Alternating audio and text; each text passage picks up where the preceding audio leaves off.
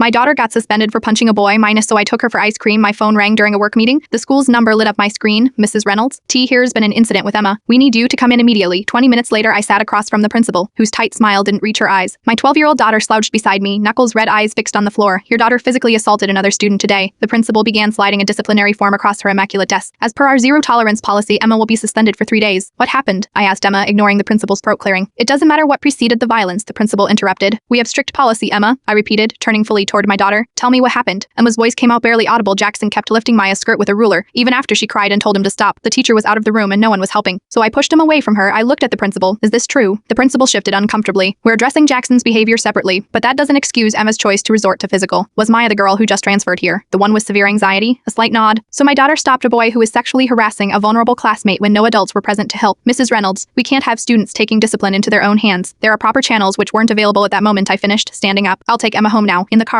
Emma stared out the window, shoulders tense. Am I in trouble? I pulled into the drive-thru of her favorite ice cream place. Number, you are suspended, and that goes in your record. But I am proud of you. Her eyes widened. The Plushers, there are consequences for standing up for others. Sometimes they're unfair, but that doesn't mean you were wrong. The principal called me that evening, explaining that after further investigation, Emma's suspension was reduced to 1 day. I thanked her politely. What I didn't tell Emma was that I'd emailed the school board about how the zero-tolerance policy was protecting harassers while punishing defenders. Sometimes our children need to know we have their backs when the system fails them, even if it comes with a side of ice cream and a day off school.